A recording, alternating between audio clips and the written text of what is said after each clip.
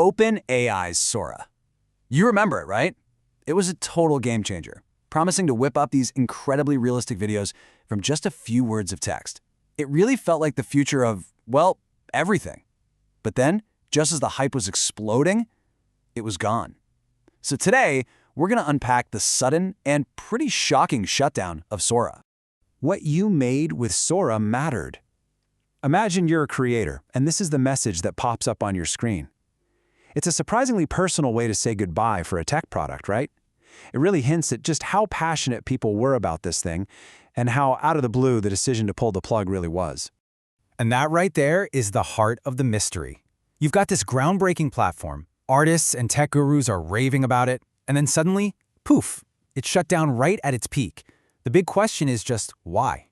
To really get what went down, we kind of have to treat this like a crime scene. And when you look at the timeline of events, this whole thing gets even weirder. I mean, just look at how fast this all happened. It's staggering. Sora launches in December 2024. A year later, OpenAI is announcing this massive partnership with Disney. And then just 3 months after that, it's all over. A timeline that moves that fast it doesn't make any sense. And let's be real clear about that Disney deal. This wasn't just some small collaboration. We are talking about a $1 billion equity investment. That is a massive commitment. It's Disney signaling that they saw Sora as a huge part of their future, which makes the shutdown that followed all the more baffling.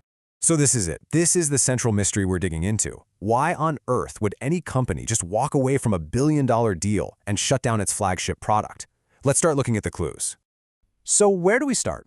Well, clue number one comes straight from the source. What did OpenAI themselves say about this whole thing?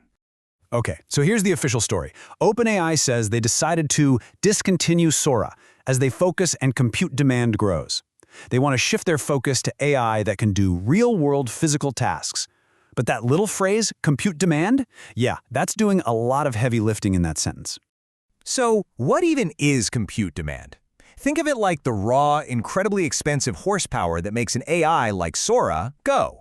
Generating a high-def video from a text prompt isn't like sending a quick email. It takes a mind-boggling amount of processing power, and that power costs a fortune.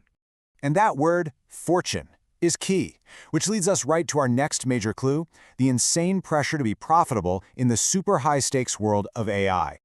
Could it really just boil down to that? Despite all the hype, despite the $1 billion Disney deal, was Sora just too darn expensive to keep the lights on? Was it basically a financial black hole the company just couldn't justify anymore? And you got to remember, the pressure on these guys is intense. There's all this talk about CEO Sam Altman wanting to take OpenAI public someday. So when that's on the table, every single product, every project gets put under a microscope.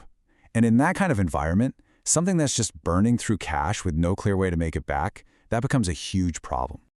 Okay, so we've got massive costs and a big question mark over profits. But there's a third piece to this puzzle. And honestly, this one might just be the most explosive of all, the enormous risk that comes with this kind of technology. Let's be honest, OpenAI was basically walking into a legal minefield. Critics were already pointing out that AI video tools are a perfect breeding ground for all sorts of trouble. You've got potential copyright nightmares, the ability to spread malicious deepfakes, and even the creation of non-consensual pornography.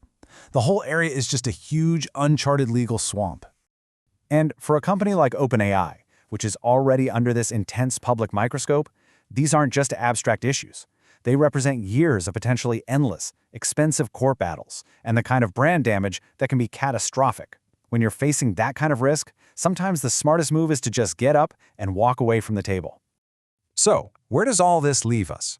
We've looked at the costs, the profit motive, the legal risks. Let's try to put it all together and figure out what really happened to Sora.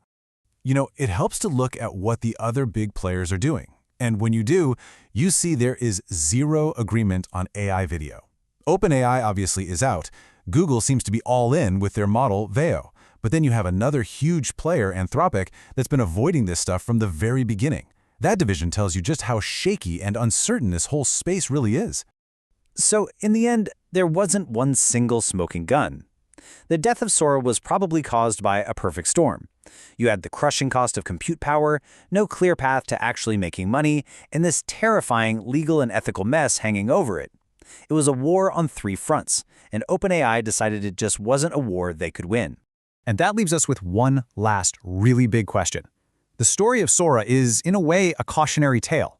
As we keep racing forward building more and more powerful AI, it really forces us to ask who gets to decide which of these new technologies are worth the financial, the ethical, and the societal risks, and what happens to the next amazing idea that just might be a little too dangerous to exist.